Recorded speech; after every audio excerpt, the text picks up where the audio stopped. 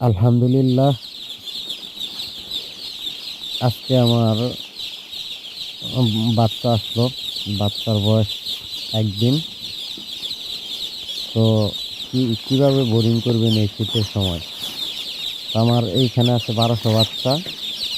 তো আমি একটা হিটারের নিচে ৪০০ বাচ্চা দিছি এবং আদারের পাত্র দিছি প্রতি হিটারে ৭ টা, পানির পাত্র ৭ টা।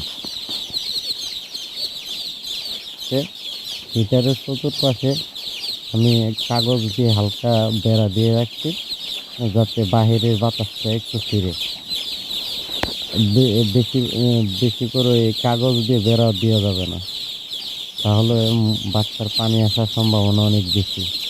শীতের সিজনে সবচেয়ে বেশি সমস্যাটা হলো বাচ্চার পানি চলে আসে খুব দ্রুত। তার জন্য পর্যাপ্ত অক্সিজেন যাতে বাচ্চা পায় সেই ব্যবস্থা রাখতে হবে। ইভেন হিটটা যেন পরিপূর্ণভাবে হয়।